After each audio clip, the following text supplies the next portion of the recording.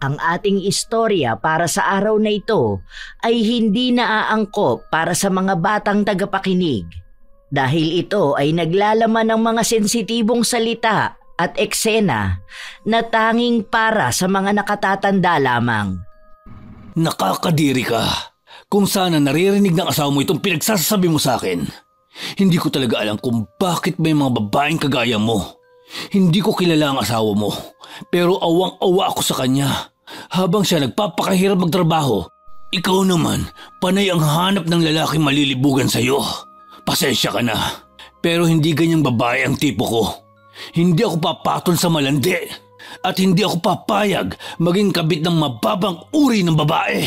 Lahat ng gusto ko nakukuha ko, kaya alam kong makukuha rin kita. Hindi ako papayag na aayawan mo ko.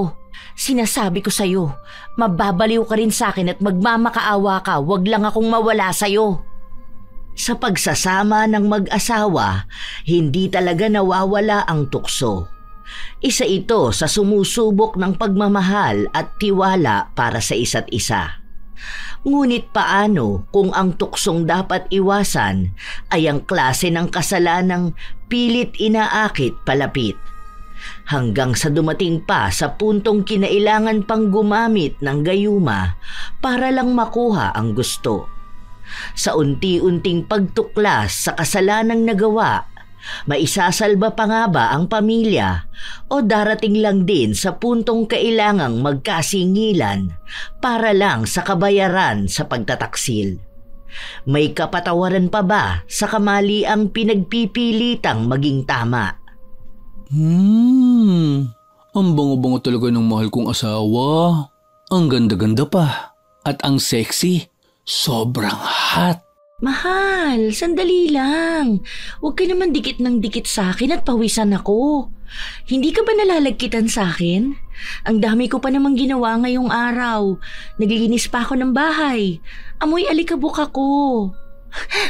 Mahal, ano ba naman? Shh! Baka mamaya magising ang mga bata. Ang kulit naman talaga. Mamaya mo na tapusin yung mga damit na tinutupi mo. Tara na sa kwarto. Sige na. Tulog naman sila eh. Miss na kita, mahal ko. Sige na nga. Pumasok ka na muna sa kwarto at magsha-shower lang ako. Ayoko namang ganito ang amoy ko. Baka mamaya may mga alikabok pa sa ibang parte ng katawan ko. Basta, huwag ka maingay masyado. Alam mo namang manipis lang ang pader natin. Bilisan mo lang ha. Hintayin na kita. Mariin siyang humalik sa akin bago siya pumasok sa kwarto. Sandali pa akong natawa dahil sa reaksyon na pinakita niya sa akin. 7 taon na kaming mag-asawa ni JC at mayroon kaming 2 anak.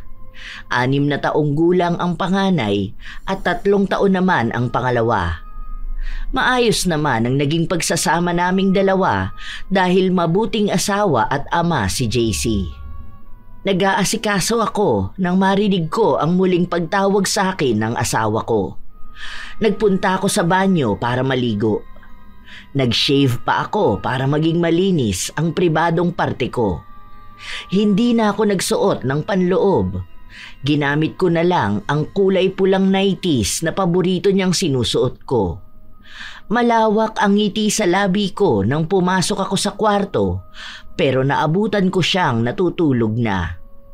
Ayaw ko man ipahalata, pero nadismaya ako. Mahal, gising ka na. Tapos na ako maligo. Tara na. Inaantok na ako, mahal. Hindi mo na sana ako ginising. Kakakuha ko lang ng tulog eh. Sayang naman tong pag-aasikaso ko. Ang tagal mo kasi. Kanina pa ako naghihintay sa'yo. Inaantok na ako. Sa susunod na lang yan. Tulog ka na rin.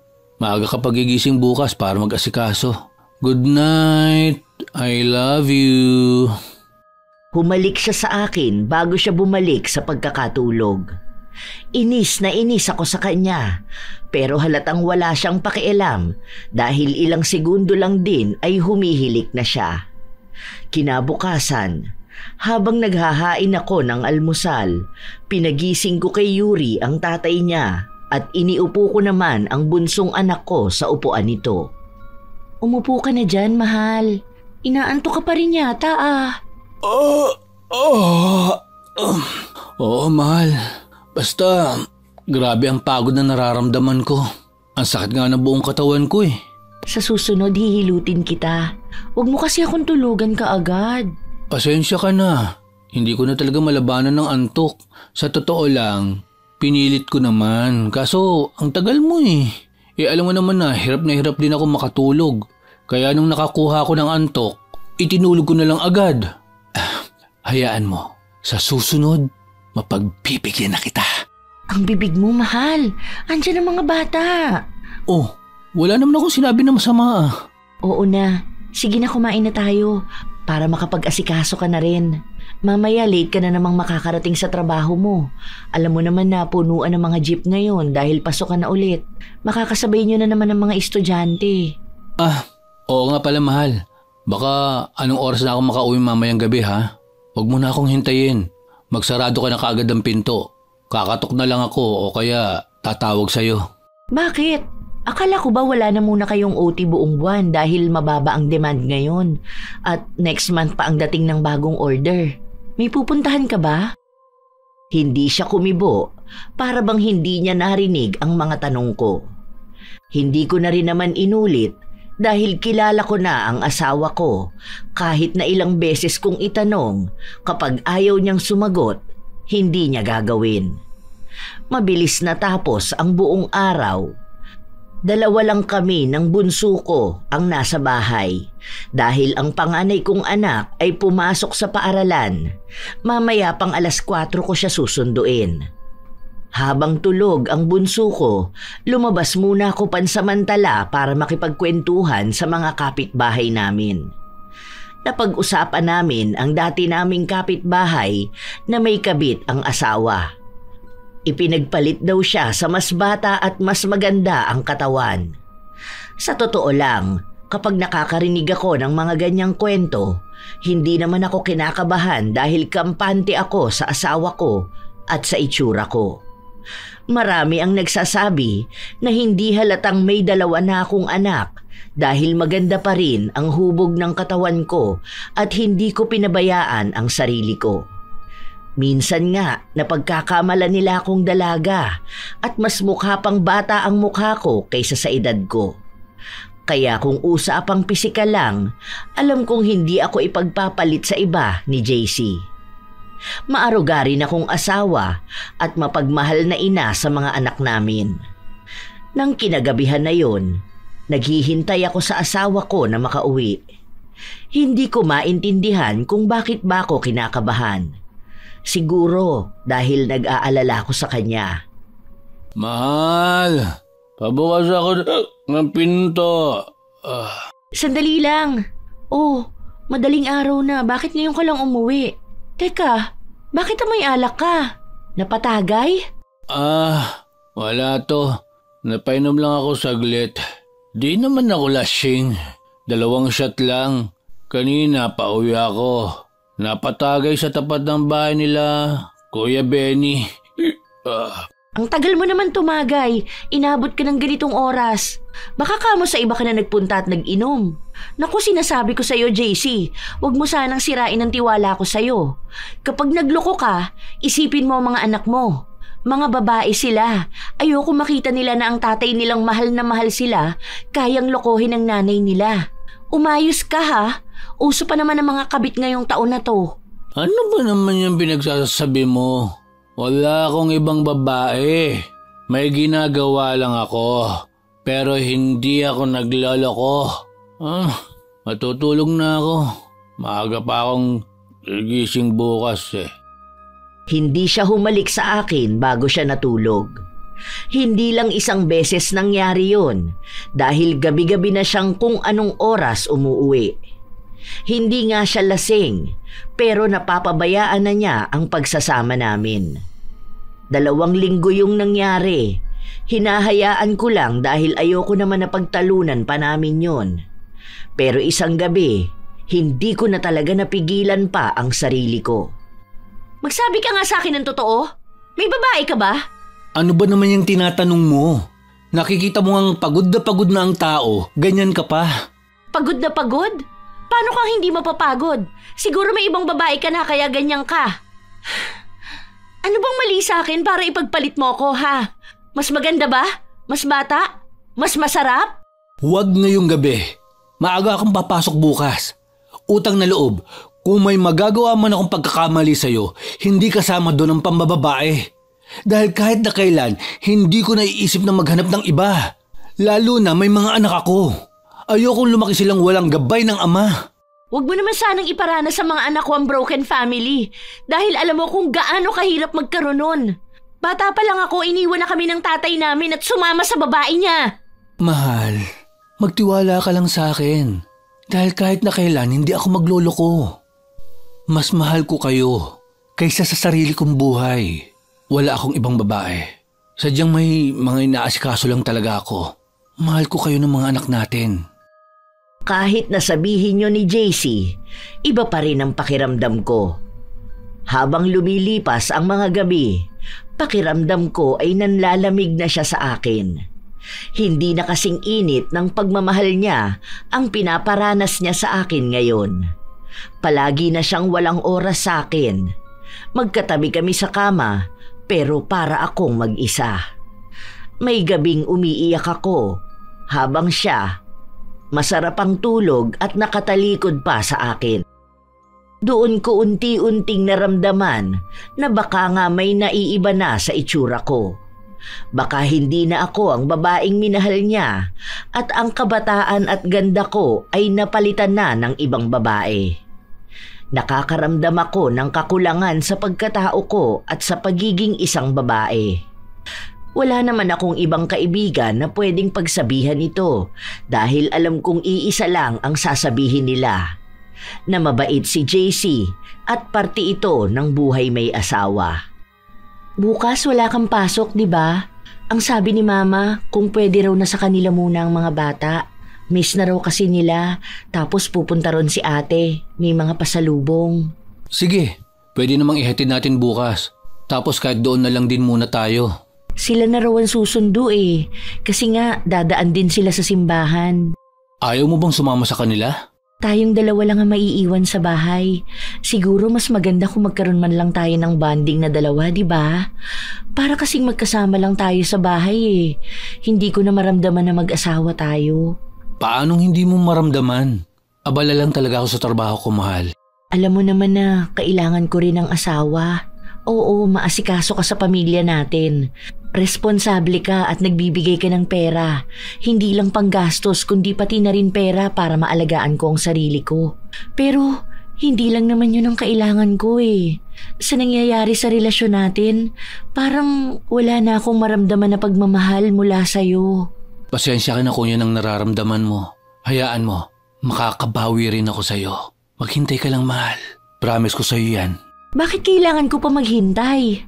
Kaya nga kukunin ni na Mama ang mga bata para maiwan tayong dalawa eh. Siguro napapansin din nila na parang wala ka ng oras para sa akin. Hindi ako pwede bukas. May trabaho ako. Trabaho na naman? Kailan ka pa nagkaroon ng trabaho ng ganitong araw? Day off mo to sa kabukas, di ba? Basta, maiintindihan mo rin ako. Sa ngayon, kailangan ko muna itong gawin. Sumama ka na lang sa mga bata bukas para makasama mo rin ang kapatid at magulang mo. Palagi na lang ganito. Kahit na anong pagtatampo ko, wala siyang naibigay na simpatya sa akin. Kinabukasan, nagpunta sina Mama para kunin ang dalawang bata. Hinanap nila ang asawa ko. Pero sinabi ko na may inaasikaso siyang mahalagang bagay kahit hindi ko alam kung ang mahalagang bagay ba na yon ay babae. Hindi ako sumama sa kanila dahil gusto kong libangin ang sarili ko. Dahil hanggang ngayon ay nakakaramdam pa rin ako ng dismaya. Ang daming katanungan sa utak ko. Lahat yon may kinalaman sa relasyon namin at sa kakulangan ko bilang isang babae. Habang nasa labas ako, napadaan ako sa isang gym kung saan nakita ko ang kakilala ko. Nagkaroon kami ng kwentuhan hanggang sa nauwi sa mga asawa namin ang topic. Naikwento niya na nahuli niyang nagluloko ang asawa niya. Yun din ang dahilan kaya nasa gym siya dahil gusto niyang manumbalik ang alindog niya. Doon tila nalinawan ang kaisipan ko na baka dahil ayaw na sa akin ang asawa ko at wala na siyang ganang makipagtalik ay dahil wala nang dating ang katawan ko. Simula nung araw na yon, palagi ko nang pinag-iisipan ang pagpunta sa gym. Halos 1 buwan na rin kasing walang day off ang asawa ko at mas marami pa ang oras na inilalaan niya sa labas kaysa sa bahay. Ito ang sahod ko, mahal. Bayad ko na ang bill ng kuryente at sa tubig. May binili na rin akong 1 kaban na bigas. Mag-grocery ka na lang bukas. Tapos, bilhin mo na yung sinasabi mo na damit na gusto mo. Ano nga ba ulit yun? Gagamitin ko sa gym. Sure ka ba na kaya mo yun? Paano pala ang mga bata? 2 oras lang naman ang gym ko. Magpapaschedule ako sa oras ng pasok ni Yuri. Tapos si Bunso, idadaan ko na lang sa bahay ni na Mama. Saglit lang naman yun. Pansin ko kasi, tumataba na yata ako. Hindi na ganun kaganda ang hubog ng katawan ko. Wala naman ako nakikitang problema. Maganda naman ang katawan mo. At kahit pa maging dambuhala ka, mahal pa rin naman kita. Sus, ganyan kayong mga lalaki eh. Sasabihin nyo okay lang na tumaba kami. Pero sa totoo lang, mga sexy na babae ang nilalapitan nyo. Kapag bumalik ang alindog ko, mas magiging maganda na ako sa iba mong babae. Wala naman akong ibang babae. Hindi na ako kumibo dahil ayoko nang magkaroon kami ng pagtatalo. Kinabukasan, pinaiwan ko ang 2 bata sa bahay ni na Mama dahil walang pasok si Yuri. Naggrocery ako para sa bahay at nag-abot din ako kay Mama. May natira pang pera sa akin. Yun ang tinabi ko, pambayad ng parcel. Makalipas ang 2 araw, walang nagbago sa ginagawa ng asawa ko. Umuuwi siya halos madaling araw na, kaya nagpagawa kami ng isa pang susi para sa kanya. Unang araw ko sa gym, may ibang mga kababaihan na naroon at kasama ko rin si Maricel at sa lahat ng napagsabihan ko, siya lang ang nakakaintindi sa akin. Dahil ganoon din daw ang nararamdaman niya bago niya nahuli ang asawa niya. Habang lumilipas ang mga araw na ganito ang ginagawa ko, nagiging masaya ako. Isang araw, hindi nakapag-gym si Maricel dahil may kailangan siyang gawin. Iilan lang din kami sa gym kapag ganitong oras dahil madalas gabi dumarating ang iba. Habang abala ko sa sarili kong ginagawa, may lalaking lumapit sa akin. Miss, ilang set ka pa? Last na to. Gagamitin mo ba? Tawagin na lang kita kapag natapos ako. Hindi ako. Yung kaibigan ko sana. Pero mamaya na lang siya. Bago ka lang ba? Ngayon lang kasi kita nakita eh. Ako nga pala si Angelica. Ay, umalis ka agad. Kinakausap pa eh. Ano kayang pangalan niya? Ang ganda ng katawan. Hindi na nawala ang atensyon ko sa lalaking yon. Mukha siyang suplado dahil kahit na sinong kumausap sa kanya, masyado siyang kaswal. Parang isang tanong, isang sagot lang. Ilang beses na rin akong nagtangka na kausapin siya pero agad siyang umaalis. Nasabi ni Maricel na matagal na raw niyang nakikita ang lalaki na yon at sa pagkakatanda niya ay Jonathan ang pangalan. Bibihira lang din daw talagang makipag-usap dahil parang ilag na ilag sa babae. Biniro niya pa nga na baka bakla. Simula nang sabayan ko ang schedule ng gym ni Jonathan, lumalagpas na ako sa 2 oras kong pananatili. Hindi ko alam kung anong meron sa kanya. Siguro dahil ang lalaking tulad niya ang tipo ko. Matangkad, moreno, makapalang kilay at malaki ang katawan. Malayong malayo sa itsura ng asawa ko. Ayaw ko man silang ipagkumpara, pero walang panama si JC sa kanya.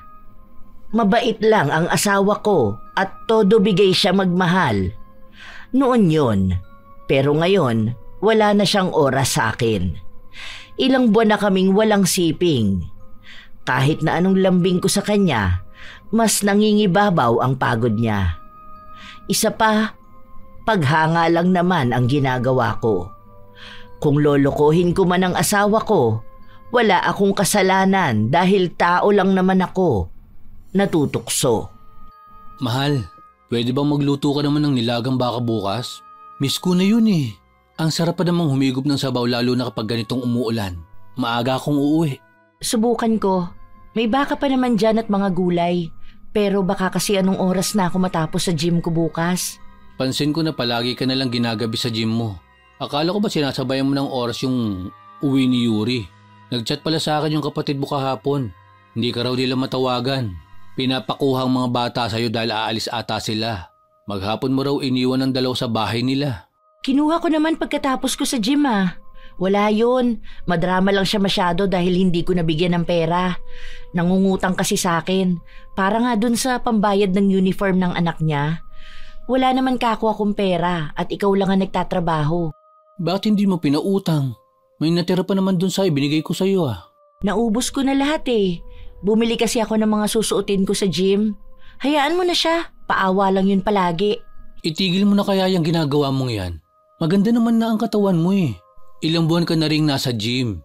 Napapabayaan mo na ang mga bata. Hindi naman problema sa akin kung gusto mong palagi maging maganda. Pero wag naman sana yung palagi mong inaasa sa ibang tao ang pagbabantay sa mga anak natin. Ako ang nahihiya. Kahit pa sabihin mong mga kapatid at magulang mo yun. Hindi ka lang masaya na nagiging mas maganda na ako. Bakit? Natatakot ka ba na gawin ko ang ginagawa mong panloloko? Ano na naman bang panloloko ko sa'yo? Akala mo ba hindi ko alam na magaganda yung mga ma'am nyo sa office? Nakita ko yung picture nyo nung nakaraan. Di ba ang sisexy nila? Mga babaeng walang delikadesa, kahit na mga edukada naman. Sinong babae mo ron? Ha? Huwag ka namang ganyan magsalita sa kanila. Mababait ang mga yon at alam nila na may asawa ako.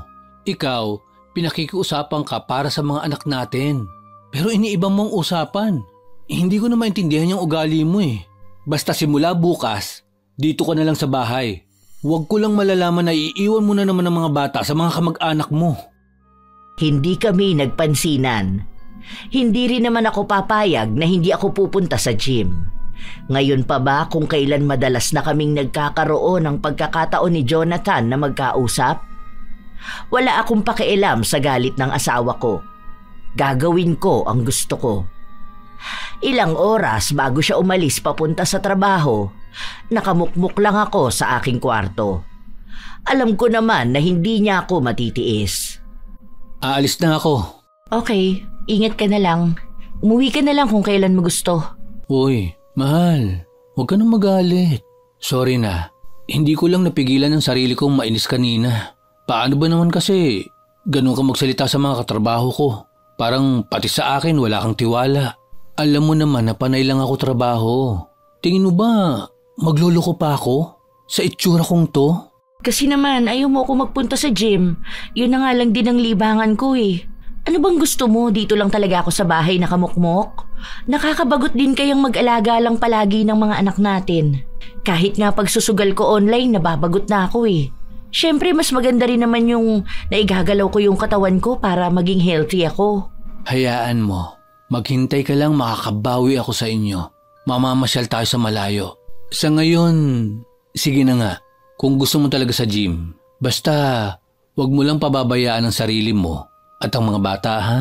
Wag na. Mamaya masama na naman loob mo pag pinabantay ko sa mga magulang ko ang mga bata. Mag-aabot na lang ako sa kanila ng pera. Kasi nakakahiya din naman na sa kanila pinapaalaga ang mga bata. Magkano ba ang kailangan ng kapatid mo? May hawak pa naman ako rito. Noong una ay umaayaw pa ako. Pero nag-abot siya sa akin ng 2,000. Ibigay ko raw ang 1,000 sa kapatid ko at sa akin ang 1,000. Nang makapasok siya sa trabaho, agad kong dinala ang mga bata sa bahay ng nanay ko at saka ko siya binigyan ng 500 para pang merienda ng mga bata. Maaga ako sa gym. Hindi ko kasabay si Maricel dahil hindi na rin naman siya active. Dahil may hawak akong pera, bumili ako ng whey na ibibigay ko kay Jonathan. May kamahalan ang brand na ginagamit niya, kaya napagastos talaga ako. Ayos lang dahil may pera namang bigay ang asawa ko. Narinig ko lang na ito ang gusto niya dahil ang isa sa mga kaibigan na kinakausap niya sa gym ay nakakwentuhan ko. Hello Jonathan. Ang aga mo ngayon Oo nga pala, ito binili ko para sa'yo. Bakit ka bumili niyan? Marami akong stock niyan. Dahil endorser ako ng brand na yan. May nakukuha akong free stock every week. Ay ganun ba? So, model ka? Busy ako sa ginagawa ko. Mag-gym ka dyan para hindi sayang ang binabayad mo rito.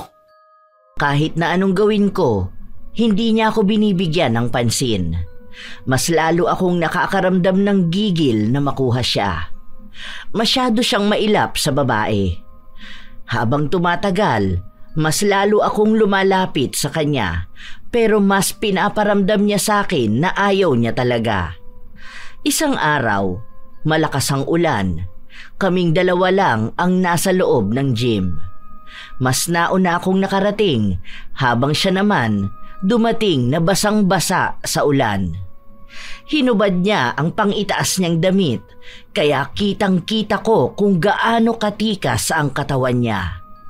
Napalunok ako at kahit na malamig ang panahon, para bang nag-iinit ang katawan ko.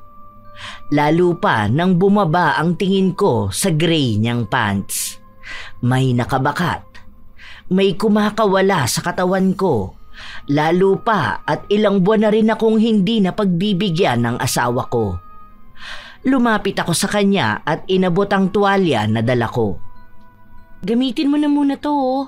Hindi ka ba nagdala ng payong? Pwede ba tigilan mo ko? Hindi ka pa ba nakakahalata na ayokong lumalapit ka sa akin?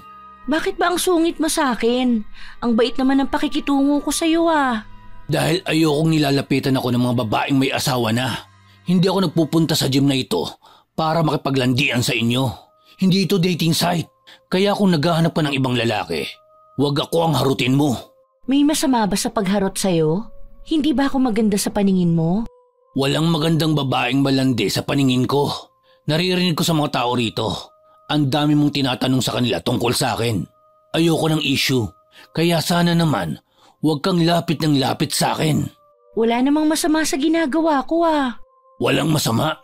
Naririnig mo bang sinasabi mo? May asawa ka, tapos gusto mong maglalapit sa ibang lalaki.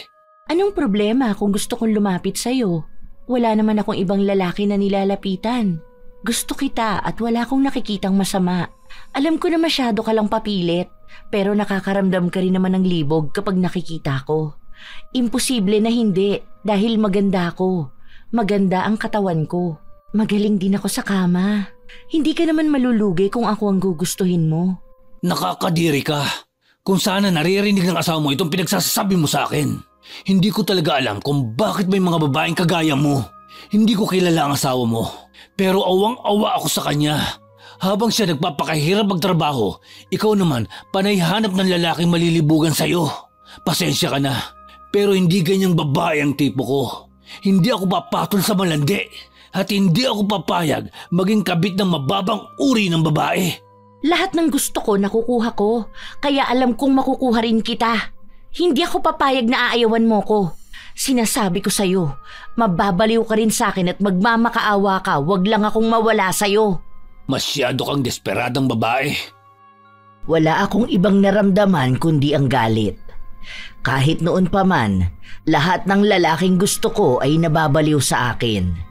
Ito ang unang beses na may lalaking tumanggi sa akin. Kahit kaming dalawa lang ang nakarinig ng usapan na yon, napahiya pa rin ako. Sa paglipas ng mga araw, nagpalit ng oras ng pagpunta sa gym si Jonathan. Dahil komplikado yon para sa akin, hindi ko na siya nasasabayan. Bibihira ko siyang maabutan sa gym at kapag nandoon ako ay umaalis na kaagad siya. Alam kong wala siyang ibang pinagsabihan dahil wala naman akong naririnig na usap-usapan. Bumalik ako sa dati kong schedule kung saan kasabay ko na ulit si Maricel. Panay kami kwentuhan hanggang sa hindi ko alam kung paano napunta ang usapan namin kay Jonathan. Sinabihan niya ako na may ibang babae na madalas niyang nakikitang kasama yon. Maganda raw, matangkad at sexy. Hindi niya alam kung girlfriend na yon ni Jonathan, pero sweet sila kapag nasa labas. Mas lalo yung nagbigay ng apoy sa dibdib ko. Maaga akong umuwi galing sa gym dahil sa sama ng loob. Pagdating sa bahay, naabutan ko ang asawa ko. Kasama na niya ang mga bata. Ang aga mong umuwi. Oo, undertime kami ngayon dahil may aayusin sa production. Tapos ka na ba sa gym? Susunduin pa naman sana kita. Undertime sa trabaho o baka umalis ang babae mo? Bakit ganyan ka na naman? Dahil manloloko ka. Punyetang buhay kasi to eh. Hindi ko alam kung anong kamalasan ang napunta sa akin. Siguro sinumpa ako para magkaroon ng miserableng buhay kasama ka. Ano bang nangyayari sa'yo? Ang init masyado ng ulo mo. Dahil sa'yo. Wala kang kwentang asawa, alam mo ba yon? Buisit! Kung wala lang tayong mga anak, iiwanan talaga kita eh. Hindi ko alam kung hanggang kailan ba ako magtitiis sa lintik na buhay na ito. Pinagsasampal ko si JC dahil sa galit ko. Lahat din ng mahawakan ko ay inihahampas ko sa kanya. Pilit naman niya akong pinapakalma dahil umiiyak ang mga bata sa ginagawa ko. Pero wala akong pakialam. Sa kanya ko ibubuhos lahat ng galit at inis ko dahil sa nalaman ko tungkol kay Jonathan. Hindi ko kayang kimkimin lang itong galit ko. Wala rin naman siyang magagawa kung sasaktan ko siya. Tumagal ang pambubugbog ko sa kanya. Tumigil lang ako nung napansin kong nagdurugo ang noo niya dahil sa paghampas ko sa kanya nang nadampot kong pigurin. Matulog kang mag-isa sa kwarto. Doon ako sa kwarto ng mga bata. Ayoko makasama ka ngayong gabi dahil baka kung ano pang magawa ko sa'yo. Ilang beses niya akong sinuyo pero hindi ko siya pinakinggan. Kinaumagahan, hindi ako gumising ng maaga para asikasuhin siya. Hindi ko rin ginamot ang sugat niya sa ulo. Alam ko na may mga pasarin siya sa katawan pero hinayaan ko lang. Nang pansin kong nakaalis na siya, doon lang ako lumabas ng kwarto at hinatid ang mga bata sa bahay ng mga magulang ko. Tinanong pa ako ni Mama kung ano ba ang problema ko. Huwag niyo ngang kampihin ang asawa ko. Malamang kaya ganyan kayo magtanong sa akin dahil nagsumbong na naman yun sa inyo, no? Huwag niyo rin pakialaman ang relasyon namin. Kung galit ako sa kanya, malamang may ginawa siya sa akin. Pinagalitan pa ako nung una. Sinabi pa sa akin na huwag kong iwan ang mga bata at namimihasan na akong ipaalaga sa kanila ang mga anak ko. Pero tinalikuran ko lang sila. Ayokong mag-alaga ng mga bata dahil isa yan sa dagdag stress sa akin. Paano ako magugustuhan ni Jonathan kung may mga salot sa buhay ko? Dapat nga si JC ang nag-aalaga sa kanila. Kaso, anong ginagawa ng walang yang lalaki na yon? Gabi na umuuwi at lagpas na sa oras ng uwian sa trabaho nila. Alam kong nagpapakasaya lang yon sa buhay niya at kung ganon ang ginagawa niya, may karapatan din akong magliwaliw. Matagal akong tambay sa gym pero wala si Jonathan. Kahit na anino niya ay hindi ko man lang nakita. Tinanong ko ang mga kaibigan niya at sinabi sa akin na lumipat na siya ng gym at hindi nila alam kung saan. Alam kong iniiwasan niya ako. Ang akala naman niya ay hindi ko siya mahahagilap. Umuwi ako sa bahay. Nakita ko na naman ang asawa ko pero wala ang mga bata. Kanina pa kita tinatawagan, hindi ka man lang sumasagot. Ano ba talagang nangyayari sa'yo? Mag-usap nga tayo. Ano pa bang pag-uusapan natin? Ayaw na nga kita makita eh. Nagtitiis na lang ako sa'yo. Mahal, huwag naman sana ganito. Mahal na mahal kita. Kayo ng mga anak natin. Kung may problema man tayo sa relasyon natin, pag-usapan natin. Pilitin natin tong ayusin. Kaysa naman mauwi tayo sa hiwalayan. Tumawag sa akin si Mama. Andun nga pala ang mga bata. At nakiusap ako na bukas ko na lang susunduin. Lumayas ka na lang din. Mas gugustuhin ko pa mag-isa sa buhay kesa pasanin at alagaan kayo. Sabihin mo sa akin, ano ba talagang problema? Nagagalit ka ba sa akin dahil palagi na lang akong gabi umuwi? Pansin ko kasi simula noon, parang nawawalan ka na ng pagmamahal sa akin. Alam mo naman pala eh. Ba't kailangan mo pa magtanong sa akin? Alam mo ba kung bakit? Kasi nagtatrabaho pa ulit ako. May sideline ako. Pero hindi ko sinasabi. Nag-iipon ako. Dahil gusto kong makalipat na tayo sa magandang bahay. Ang tagal na natin dito. Lumalaki na ang mga bata, sumisikip na tong bahay natin. Nag-iipon ako para sa kinabukasan ng mga bata. At para maging maginhawa ka rin. Balak kong kapag nakalipat na tayo ng bahay, nabili ko na rin ng ibang mga appliances na makakatulong sa'yo para hindi ka pagod. Para naman sa inyong ginagawa ko. Wala akong ibang babae, promise. Hindi ko gagawin yon. Kaya please lang, huwag ka na namang magalit sa akin. Noong una ay hindi ako naniwala sa kanya. Pero pinakita niya sa akin ang bahay na niloan niya at ang mga gamit na inuunti-unti niya. Balak niya sanang lumipat kami roon sa susunod na buwan, pero dahil madalas kaming nag-aaway, hindi siya nakakapasok sa isa niyang trabaho. Nang makita ko yon, kahit na paano ay pinatawad ko siya. Hindi pa yon sapat, dahil mas deserve ko pa ang mas magandang buhay na hindi naman niya maibigay sa akin. Pero kahit paano ay pwede na ring pagtiyagaan. Nang gabing yon, nagkaayos kami at may nangyari sa amin. Pero saglit lang ang romansahan dahil pagod siya sa trabaho. Masakit din ang katawan niya dahil sa pambubugbog ko sa kanya. Sa totoo lang, wala akong ganang makipagniig sa kanya. Hindi ako nasisiyahan. Masyadong kulang sa romansa. Hindi man lang niya ibigay sa akin kahit hanggang sa kalahati ng langit. Noon, wala namang problema sa akin kahit na boring siya sa kama. Pero ngayon, malaking isyu na sa akin. Babae ako at kailangan ko ng lalaking maibibigay yon sa akin. Sa katunayan nga, kanina ay munti ko pang mabanggit ang pangalan ni Jonathan. Mas lalo ko lang tuloy pinagnasahan ang malaking kargadang bakat na bakat sa pants ni Jonathan na palagi kong nakikita kapag nasa gym siya. Kinabukasan, maagang nagising si JC. Siya ang naghain ng pagkain. Dapat ginising mo ko para ako nang nagluto. Hindi na. Masyado pang maaga. Isa pa, kaya ko naman to. Pagsisilbihan kita ngayon dahil wala akong pasok. Babawi naman ako sa'yo. Saan mo ba gusto pumunta? Bakit hindi ka papasok? Akala ko ba kailangan mo mag-ipon? Magagawa ko rin yan.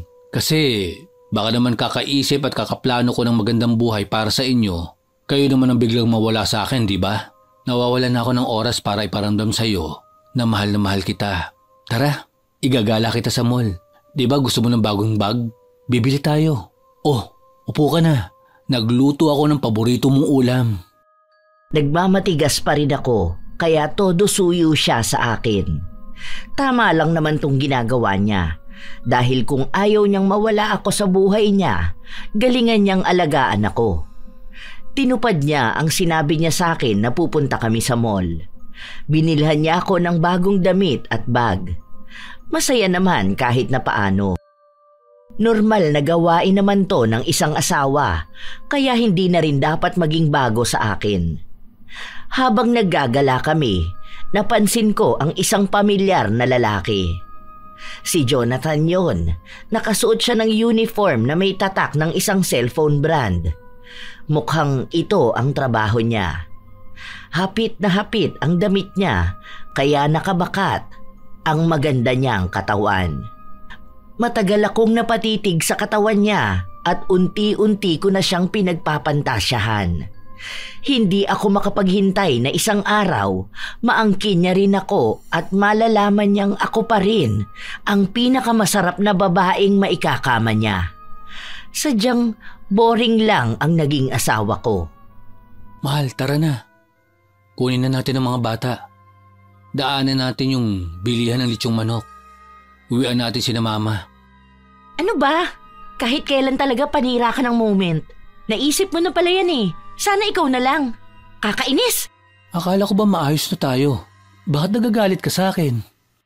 Nauna akong naglakad at hindi siya pinansin. Sa mga nakalipas na araw, palagi akong nag-aabang kay Jonathan, kahit na palagi lang akong nakatingin sa malayo. Isang araw, habang nakaupo ako sa labas ng mall, may lumapit sa akin na matandang babae. Humihingi siya ng tulong sa akin dahil nasa ospital ang apo niya at kailangan ng pambili ng gamot. Pinagtabuyan ko siya at hindi ko siya pinansin. Nakiusap siya na kahit magkano lang, pero naging matigas ako. May pera ako rito, pero gagamitin ko lang to para kay Jonathan. Hindi pa rin umalis ang matanda hanggang sa nag-offer siya sa akin. Isa raw siyang mangkukulam. Kung may gusto akong ipakulam o ipahula sa kanya, kapalit ng perang pwede kong maitulong sa kanya. Hindi ko alam kung bakit ako pumatol sa kanya. Gusto kong subukan kung totoo ang gayuma. May ibinigay siya sa akin na isang papel. May ipinahid siyang langis at binulungan yun. Sinabi niya sa akin, sa araw ng Biyernes, 6:00, kailangan ko yung sunugin habang binabanggit ng 3 beses ang layunin ko at gusto kong gawin ng taong gagayumahin ko. Binigyan ko siya ng 50 kapalit nito. Sakto naman at Biyernes na bukas. Kapag naging mabisa to, makukuha ko rin ang gusto ko. Mababaliw ka rin sa akin, Jonathan. At kapag nakuha na kita, hindi na ako papayag na mawala ka sa akin. Kinabukasan, pagkaalis ng asawa ko, dinala ko ulit ang mga bata sa kapatid ko. Tumanggi siya nung una at sinasabi na kinamama ko na lang dalhin, pero nakuha ko rin naman siya nang bigyan ko siya ng pera. Ayaw kong may ibang tao sa bahay habang ginagawa ko ang ritual. Kumuha lang ako ng uling at inilagay sa lata. At nang masunog ko ang papel, makapal na itim na usok ang lumabas doon. Bumalot pa yon sa buong bahay pero unti-unti rin namang nawala. Hindi ko alam kung paano e-epekto yon, pero umaasa ako na isang araw magmamakaawa sa akin si Jonathan dahil mahal na niya ako. Kinabukasan din ay bumalik ako sa gym. Mas nag-ayos ako at naghihintay na makita si Jonathan at hindi nga ako nagkamali. Bumalik siya. Mula sa malayo, pansin ko na ang pagtitig niya sa akin ng malagkit. Parang tingin niya pa lang, basang-basa na ang panty ko. Mukhang hindi na siya nakatiis. Kusa na siyang lumapit sa akin. Last set ko na to. Gagamitin mo ba? Pwede bang hindi yan ang gamitin ko? Ako ba ang gusto mong gamitin? Pwede naman. Walang tao sa bahay ngayon. Kung gusto mo lang naman, doon na tayo dumiretso. Hindi siya tumanggi kaya sabay kaming umalis. Naging matapang ako kaya kahit natanghaling tapat, dinala ko siya sa bahay. Kung may mga kapitbahay mang makakakita, wala akong pakialam sa kanila. Alam ko namang hindi lang ako ang lumalandi at nangloloko ng asawa. Malamang ginawa na rin nila yon at kung pag-uusapan nila ako, hindi ako natatakot. Wala rin naman silang magagawa kung gusto ko to. Masyado lang silang naiinggit. Sandali lang. Hindi ko pa naisasarado ang pinto. Baka mamaya makapanood sila ng live action. Hindi ko na kayang pigilan to. Bilisan mo dyan. Ang bango mo. Nakikiliti naman ako. Tingnan mo. Sabi ko sa'yo mababaliw ka rin sa akin. Masyado ka kasing pihikan. Makukuha rin naman pala kita. Dahil sa gigil ni Jonathan, may naganap na kaagad. Masyado siyang malakas, kaya nabubuhat niya ako. Isa lang ang masasabi ko. Hindi ako nagkamali sa inisip ko dahil magaling siya sa kama at may mas malaking kargada. Iba't ibang posisyon sa loob ng kwarto namin ng asawa ko. Bawat sulok na puno ng mga halinghinga naming dalawa. Ito ang pinakamasayang araw na naranasan ko. Parehas kaming hayok na hayok sa laman at lahat ng gusto ko ay naibibigay niya. Matagal, mariin at mapusok. Lahat ng ginawa namin walang kapantay na ligaya. Sabay kaming napahiga sa kama at naghahabol ng hininga. Masyado kang halimaw sa kama. Kung alam ko lang na ganito ka, sana noon pa lang ginawa na natin to. Ang sarap mo palang umungol, kaya ganado ako sa'yo. Sabi ko naman sa'yo kapag narinig mo ang ungol ko, hahanap-hanapin mo na yun. Sumama ka na lang sa akin. Doon na lang tayo tumira sa bahay ko. Parang hindi ko na kayang malayo sa'yo. Iniisip ko pa lang, parang mababaliw na ako. Hindi pa pwede. May asawa't anak ako. Huwag muna ngayon. Enjoy na lang muna tayo, ha? Iwan mo na lang sila para sa akin. Mahal na mahal kita, Angelica. Gusto kita makasama habang buhay. Gusto ko akin ka lang. Huwag ka na sa asawa mo.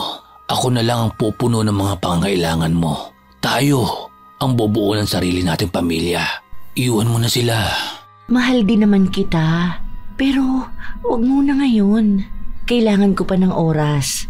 Hayaan mo. Mas madalas namang wala ang asawa ko. Tuwing umaga, tayong dalawang magkasama.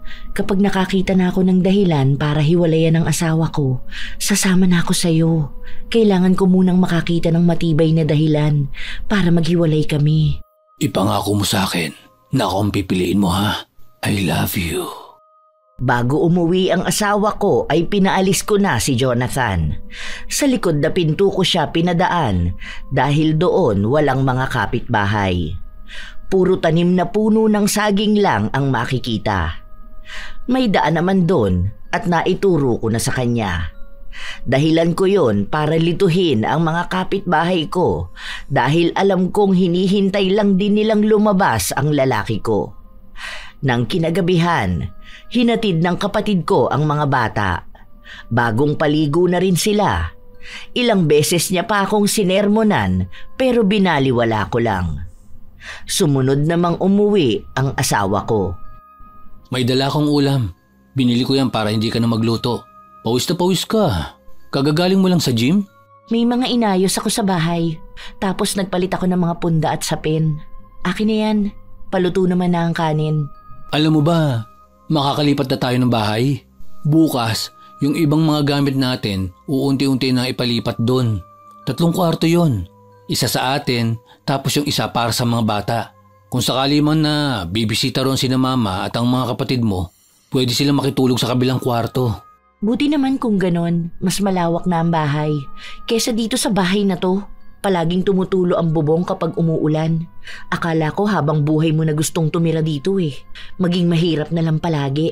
Alam mo naman na pangako ko sa'yo na bibigyan ko kayo ng magandang buhay, di ba? Ito na yun. Inuunti-unti ko na.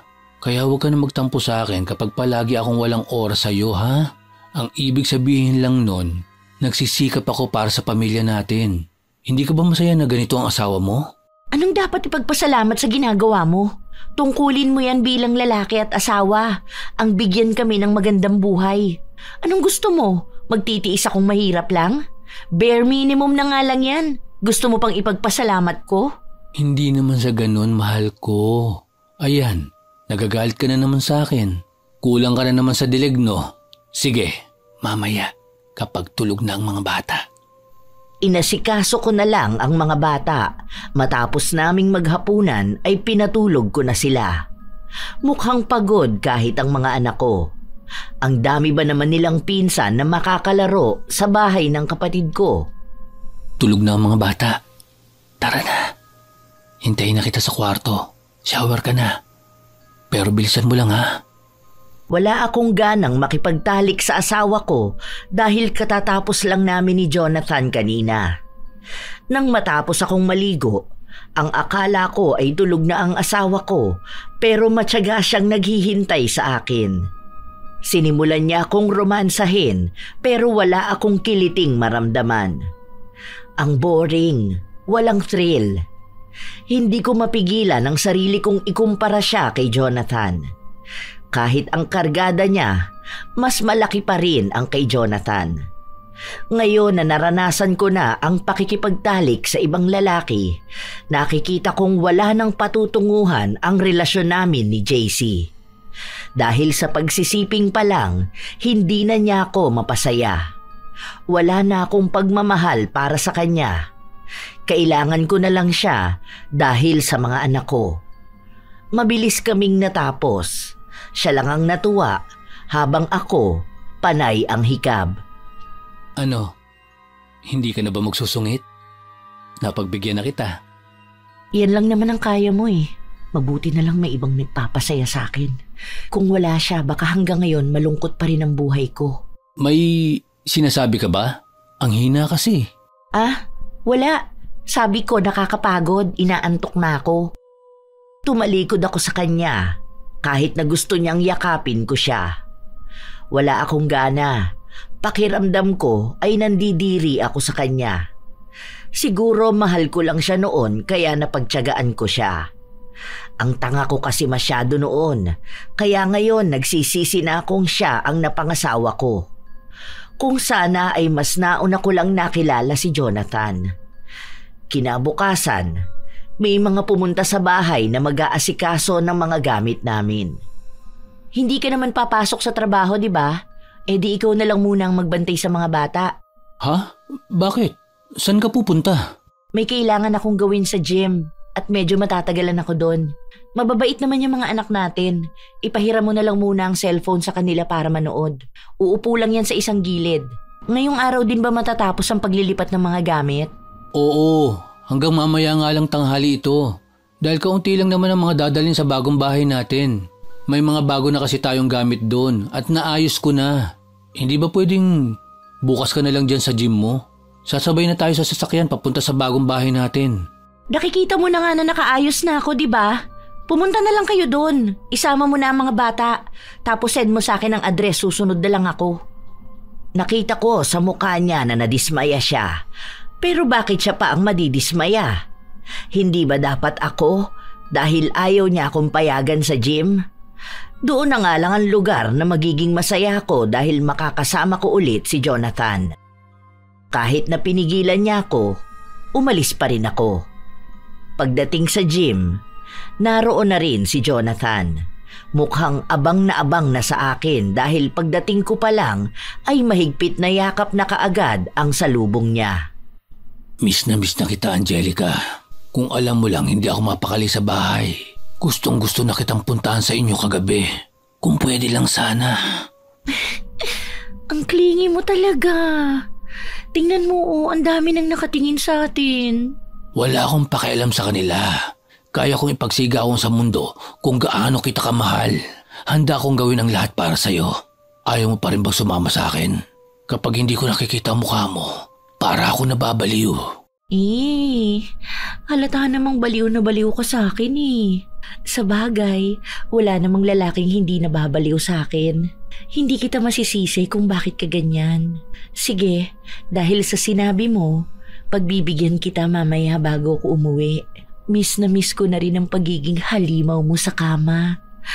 Tumataas ang standard ko sa lalaki dahil sa'yo.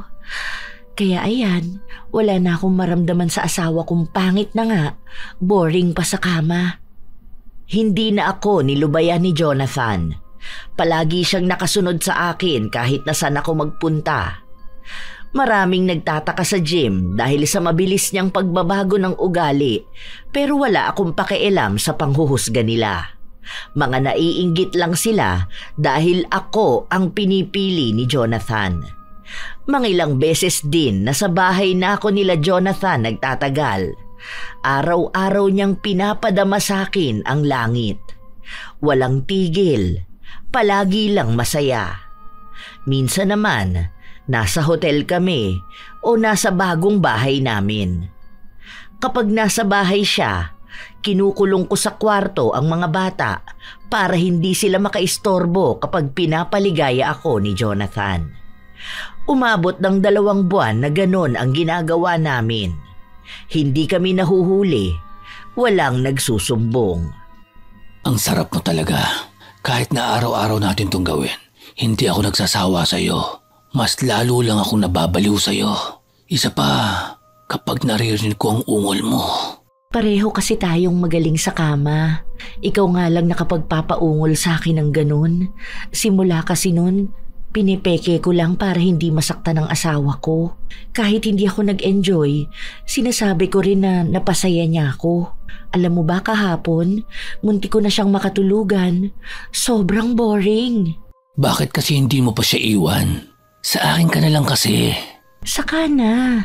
May pakinabang pa tayo sa kanya, di ba? Sa kanya nanggagaling ang pera ko at perang ibinibigay ko sa'yo. Kung aalisin ko siya sa buhay ko, paano ka na?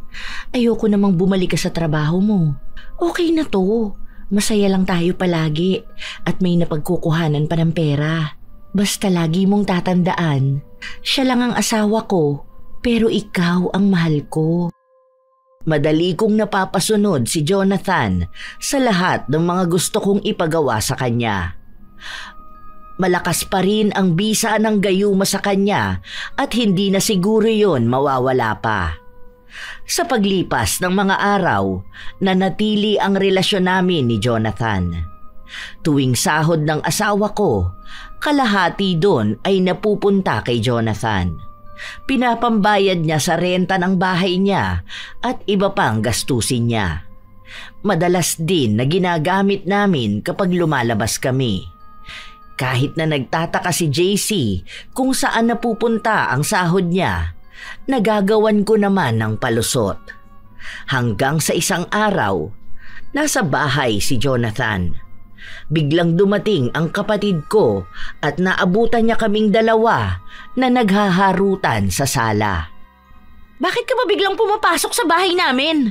Lumayas ka nga rito! Kilala mo ba siya, babe? Oo, yan yung kapatid kong buraot. Malamang pumunta lang yan dito para manlimos sa akin. Wala akong ibibigay sa yung pera, ha?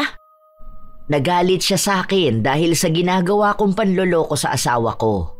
Pinagbantaan niya ako na isusumbong ako pero hindi ako natatakot sa kanya.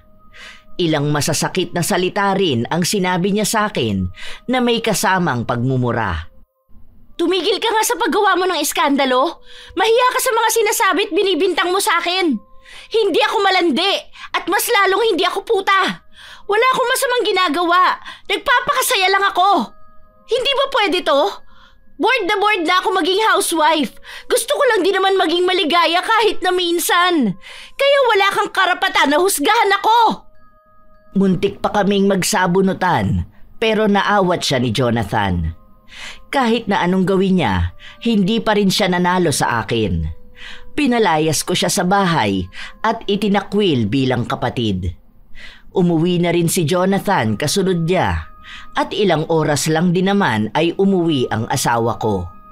Mabuti na lang nakapagluto na ako ng hapunan namin. Angelica, mag-usap nga tayong dalawa. Papasukin mo ang mga bata sa kwarto. At bakit mo ako sinisigawan, ha? Ang kapal na mukha mo para kausapin ako ng ganyan. Talaga ba?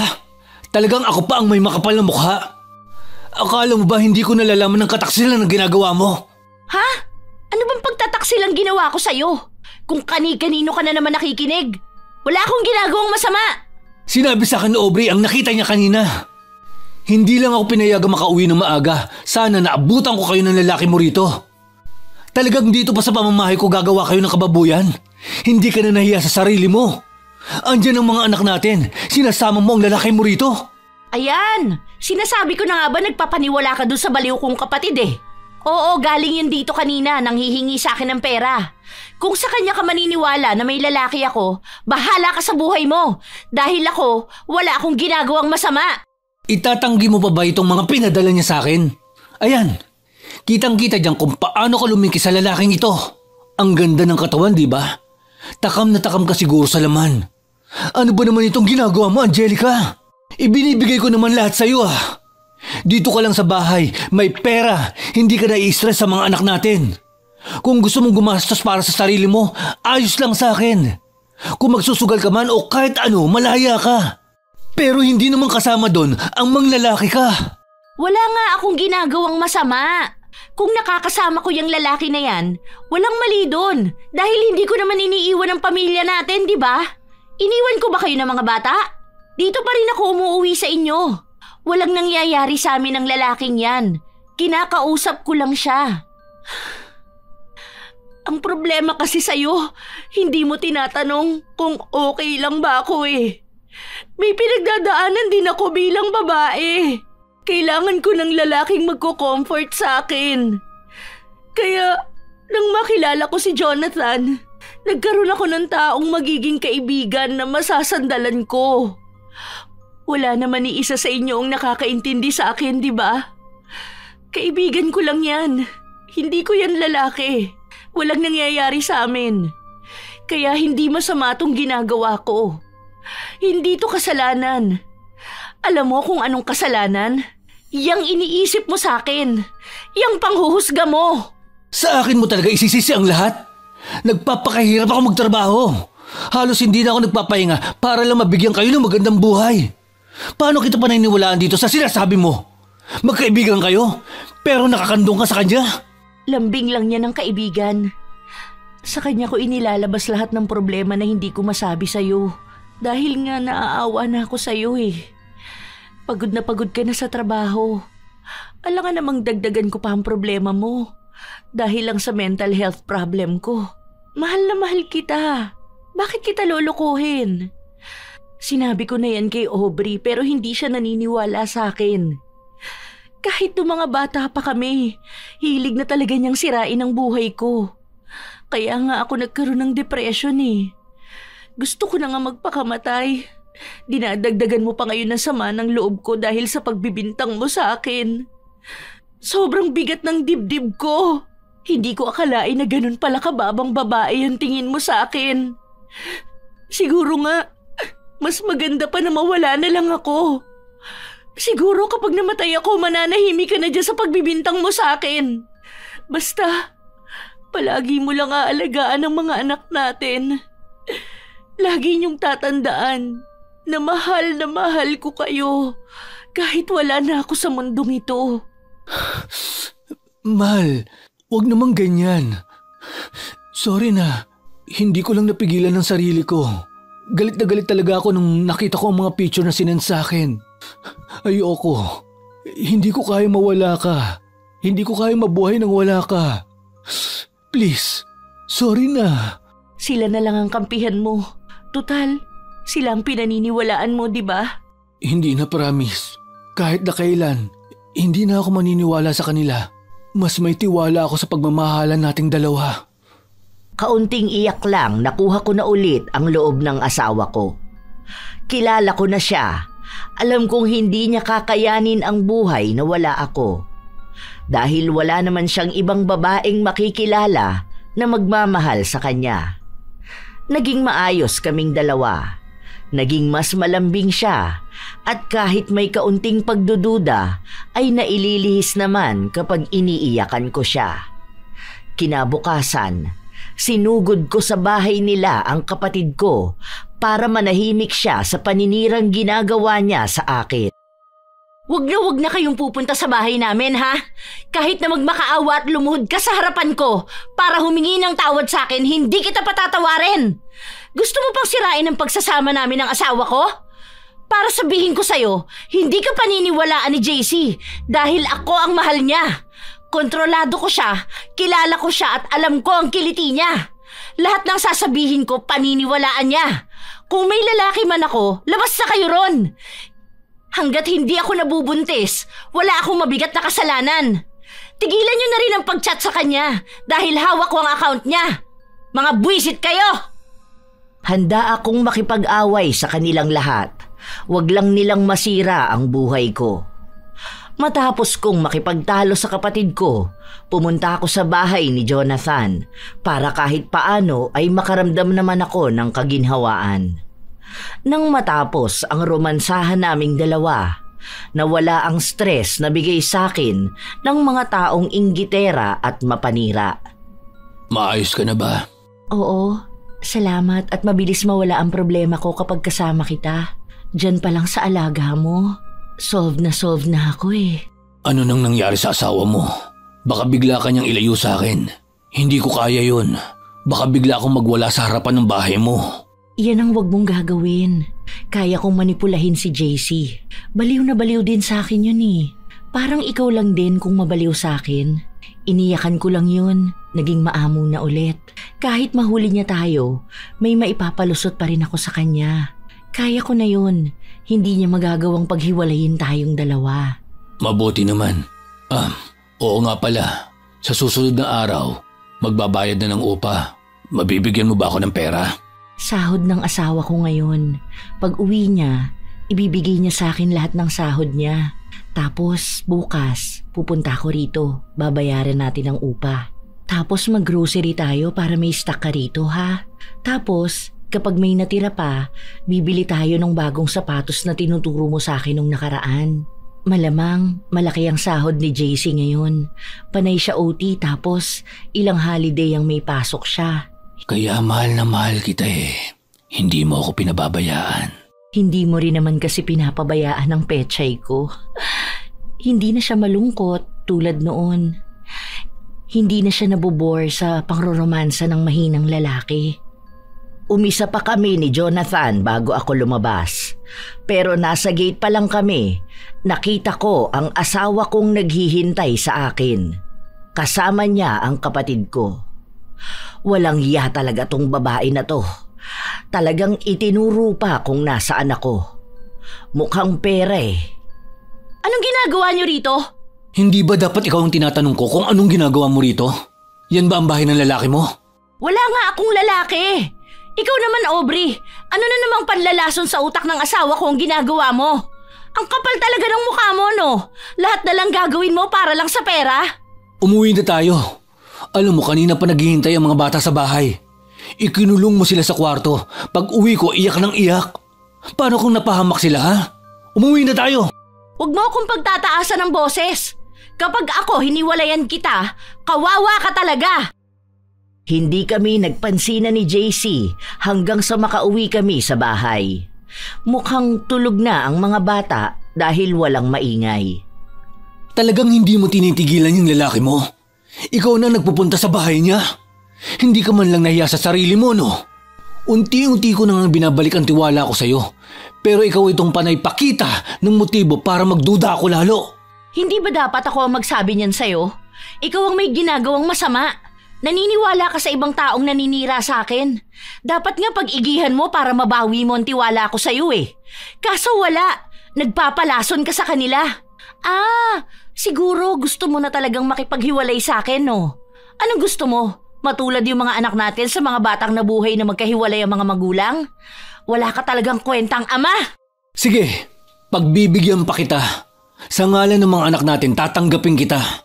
Pero simula ngayon, titigilan mo na yung lalaki mo. Mahihiya ka naman. Bakit ako mahihiya? Basta alam ko sa sarili kong wala akong maling ginawa. Hindi ako katulad ng mga ibang babae dyan na basta nalang kumakabit tapos nabubuntis. Hindi ako ganong kababang babae. Saka, huwag kang umasta na akala mo kung sino kang matapang. Wala kang ipagmamalaki sa akin, JC. Isang malaking kawalan ako sa buhay mo. Pinamukha ko talaga sa kanya na mas kailangan niya ako sa buhay niya. Simula pa noon, hindi na niya kayang wala ako. Sa ganda kong ito, tingin niya ba may mahahanap pa siyang gaya ko? Swerte na siya sa akin. Sa kabilang kwarto ako matutulog. Ayokong tumabi sa'yo dahil pakiramdam ko ang dumi mong babae. Ayoko rin namang tumabi sa'yo dahil boring kang lalaki. Ang liit pa niyang kargada mo, ang bilis mo pang mapagod. Tandaan mo, walang babaeng masisiyahan sa'yo. Ako lang ang nagtsatsaga sa'yo. Kaya, wag mo akong pagmamalakihan ha? Nasaan ang lahat ng sweldo mo? Wala kang matatanggap na pera mula sa akin. Hindi ka makakahawak kahit na 5 duling. Para wala kang maibigay dyan sa lalaki mo. Tinutuon niya ang sinabi niya. Kahit na anong galit ko, ayaw niya akong bigyan ng pera. Kinabukasan, maaga siyang umalis kasama ang mga bata. Dinala niya ito sa bahay ng kapatid ko para ipaalaga. Habang ako, kinulong niya sa loob ng bahay, dala niya lahat ng susi. Pakiramdam ko tuloy para akong bilanggo. Hindi ako mapakali dahil hindi ko makakasama si Jonathan ngayong araw. Miss na miss ko na siya at gusto kong mawala itong stress na binigay sa akin ng asawa kong walang kwenta. Para akong baliw na palakad-lakad sa loob ng bahay hanggang sa sumapit ang gabi. Dumating si JC, ngunit wala ang mga bata. Ilang sandali pa, dumating din si Jonathan. Babe, sumama ka na sa akin. Hindi ko na kaya tong nararamdaman ko. Kanina pa tayo hindi nagkikita. Nababaliw na ako. Lumayas ka ritong lalaki ka. Nakita mo na, Angelica? Ngayon mo ipaliwanag sa akin ang nangyayaring ito. Kung hindi mo lalaki yan, bakit habol ng habol sa'yo yan? Ano namang mali kung lalaki ko nga siya? Napupunan niya ang mga pagkukulang mo. Napupunan niya pala. Bakit hindi ka pa sumama sa kanya? Kung hindi mo na ako mahal, sana nakipaghiwalay ka na lang sa akin ng maayos. Ngayon hinahamon mo ko. Baka magbigti ka rito sa pangit na bahay na pinagmamalaki mo kapag nawala ako. Ang tapang mo na Kung desisyon mo talaga na sumama sa kanya, wala akong magagawa. Pero pag ginawa mo yon, umalis ka na ng tuluyan sa buhay ko at sa buhay namin ng mga anak mo. Sumama ka na sa akin, babe. Mahal na mahal kita at alam ko naman na mas mahal mo ako. Magiging mas masaya ka sa piling ko. Iwan mo na ang asawa mo. Hinihintay ka na ng lalaki mo. Ito ang tatandaan mo, JC. Magmamakaawa ka rin sa akin na bumalik ako sa'yo. Hindi ka mabubuhay ng masaya nang wala ako. Walang ibang babae na papatol sa pangit mong mukha. Luluhod ka rin sa akin. Sige, magmatapang ka ngayon pero kilala kita. Ikaw pa rin ang luluhod sa harapan ko para lang balikan kita. Sumama ako kay Jonathan dahil sa pilit na pagtataboy sa akin ni JC. Tingnan natin ngayon ang tapang niya. Baka bukas niyan, nasa labas na siya ng bahay ni na Jonathan para sunduin ako. Alam kong sa akin pa rin ang huling halakhak. Magiging masaya tayong dalawa. Magkasama na tayo. Hayaan mo na sila. Bubuo na lang tayo ng sarili nating pamilya. Magkakaroon tayo ng mga anak. Ipinangangako ko sa'yo na mas magiging maligaya ka sa piling ko. Gagawin kitang reyna ko. Ibibigay ko sa'yo lahat ng gusto mo.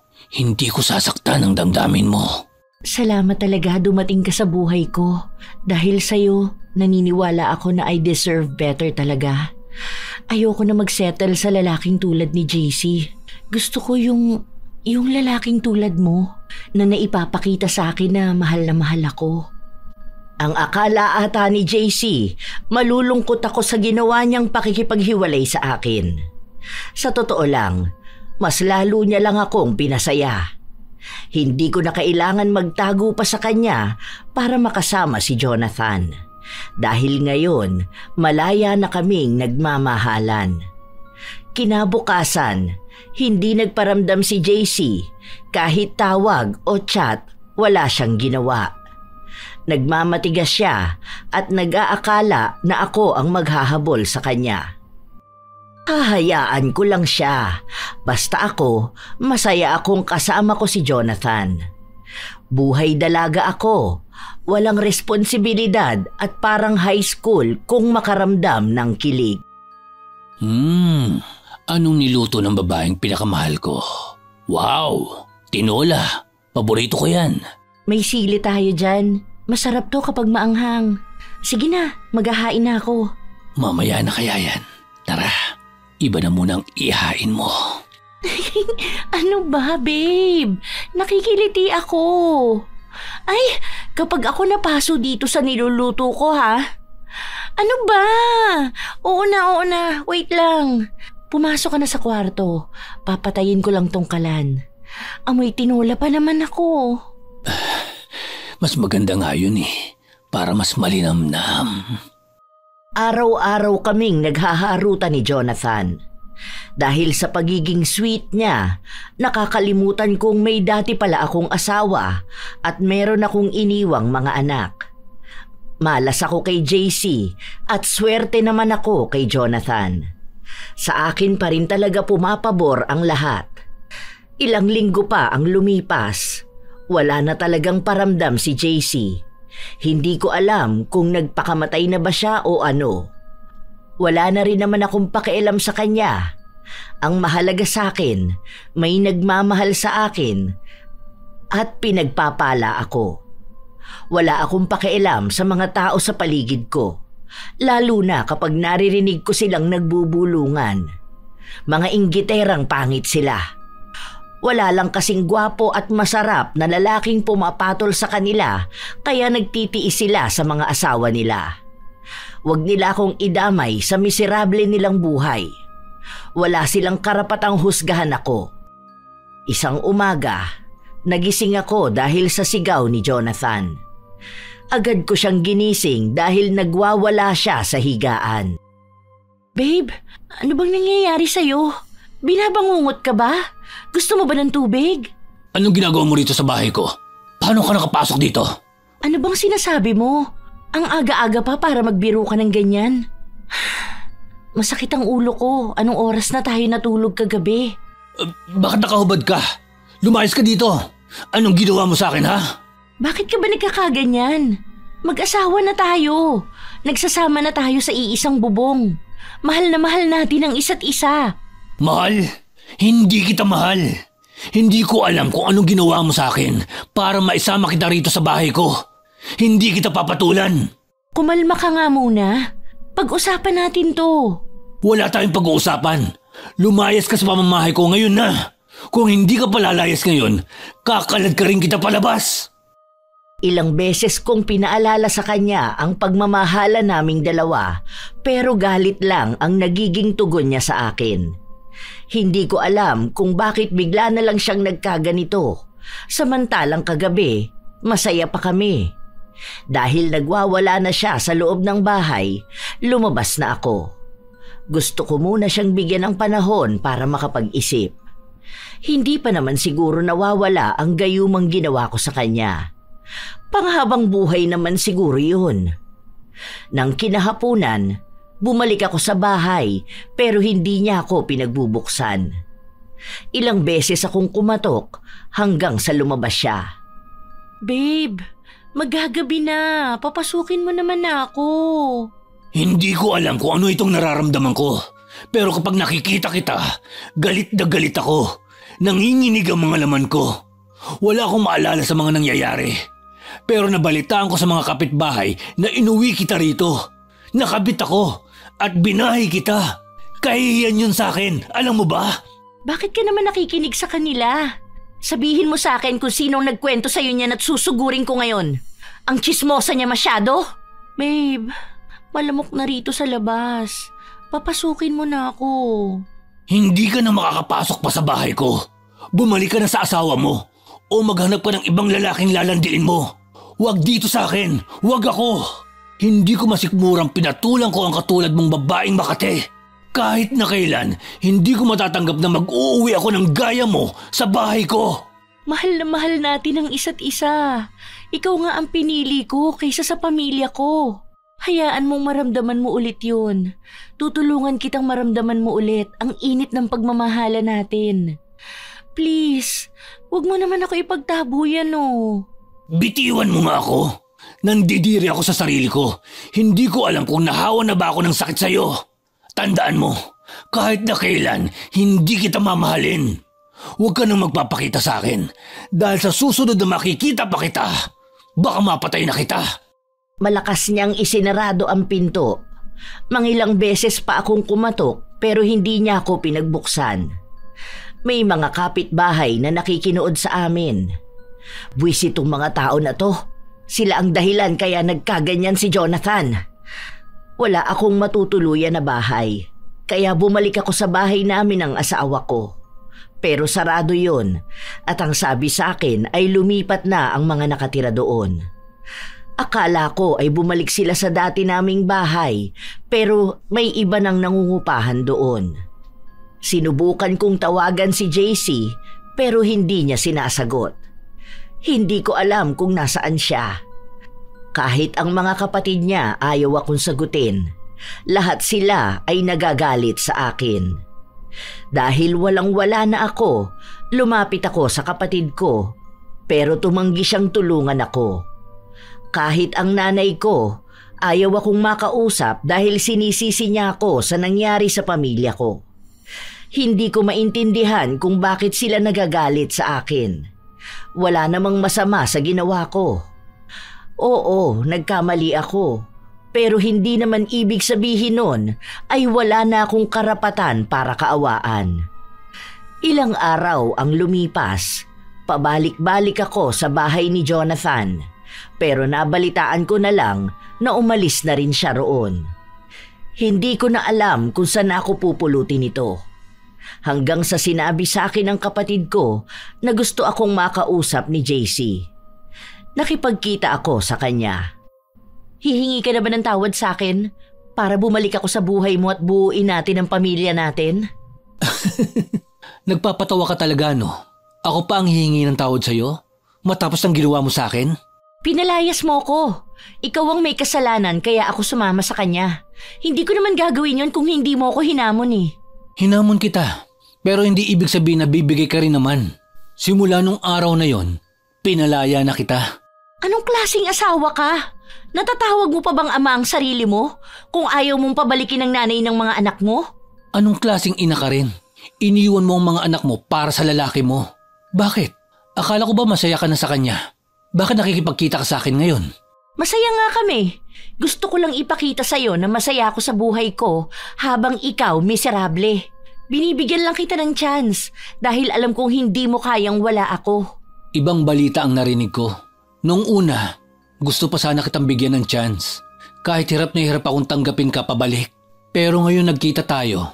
Tama nga, na itigil na lang natin kung anong mayroon tayo. Wow! So, matapang ka talagang nakikipaghiwalay sa akin. Naaawa ako sa mga anak natin dahil lalaki silang walang gabay mo. Pero mas maaawa ako sa kanila kung ang isang babaeng tulad mo magpapalaki sa kanila. Good luck na lang sa magiging buhay mo. Hindi ko ipagkakait ang mga bata, pero hindi ko sila ipapakita sa ngayon. Ako na ang bahalang magpaliwanag sa kanila. Ayoko na. Ayoko na sa babaeng masyadong mataas ang tingin sa sarili at hindi tumatanggap ng pagkakamali. Sana may natutunan ka sa nangyayari sa buhay mo. Sana magbago ka para sa sarili mo. Yon ang unang beses na nakita kong nanindigan si JC sa mga salita niya. Hinintay ko siyang magmakaawa sa akin pero nakaya na niyang lumakad palayo. Kahit na ganon, nagmatigas pa rin ako dahil gusto kong ipakita sa kanya na kaya kong mabuhay nang wala sila.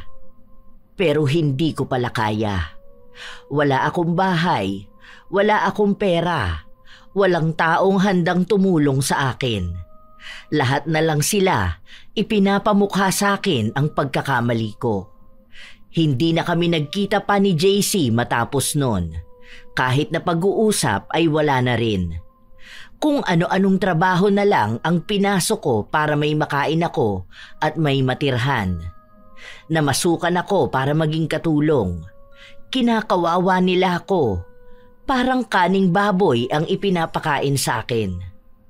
Doon ko napagtanto na baka ito na ang karma ko sa mga nagawa kong pagkakamali. Inihain na sa akin ni JC ang magandang buhay habang ako pinili ang lalaking hindi naman din ako gusto at ipagtatabuyan din ako sa huli. Nasa akin na ang swerte noon dahil kahit nasa bahay ako, ni minsan hindi ako naging aliping klase ng asawa. Ang gandang ipinagmamalaki ko, nawala na. Naging losyang ako dahil hindi ko na maalagaan ang sarili ko. Ang dami kong napagtanto. Pero lahat ng pagsisisi ko ngayon ay wala na ring patutunguhan. Hindi na ako babalikan ni JC. Hindi ko na rin makakasama ang mga anak ko. Hindi ko dapat isisi sa iba ang nangyayari sa akin dahil lahat ito ay bunga ng mali kong desisyon sa buhay na pilit kong iniisip na tama para sa akin. Nasa huli nga ang pagsisisi kapag wala na sa atin ang lahat. Shout out sa mga mahal kong tagapakinig ng mga istorya ni Lola Telang. Salamat sa ilan sa ating mga top commenters na sina I Love Traveled, Vicky Yabut, Brents Recto at kay Marie the Lightworker.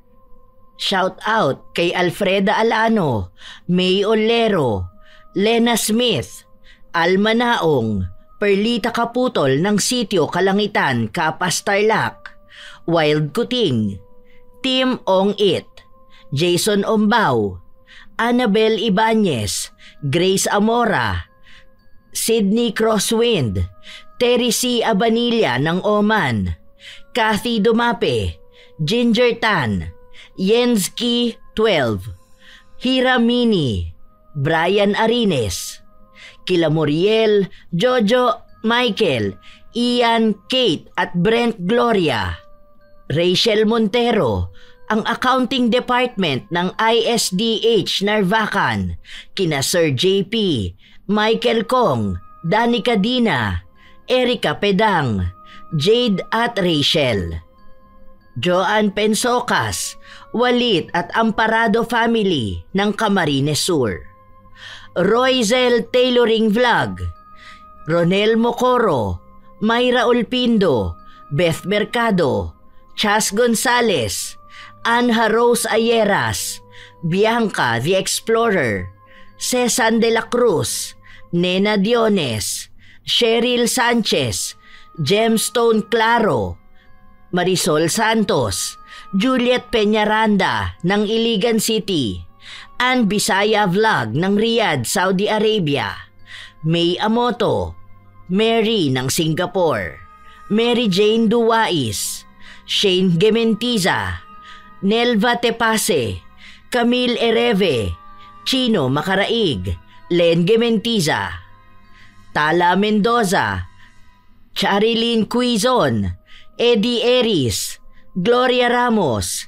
Jesusana Pantano, RG Villaspin ng Buog, Zamboanga, Sibugay, Yuki Diaries ng South Cotabato, Beryl Ladrillo and family ng Bacolod City, Angie Gaspay, Monica Nieves, Lorna Bondok, Lani Gatuteo at sa asawa niyang si Jasher ng Calagana, Guimaras, Noralyn Bustillo ng Malaysia, Leon Somos at sa kanyang tita Shirley at tita Belen at kay Ate Len, Noemi Garcia Pabunan ng Hong Kong, Rachel Whitney, Jessa Sikoy, May Mendoza, Jacqueline Wee ng Malabon, Rosalyn Cordova, Mami Arvin, Mami Leti, Mami Nympha, Mami Rose at Mami Telma ng Jolibong, Calamba, Laguna,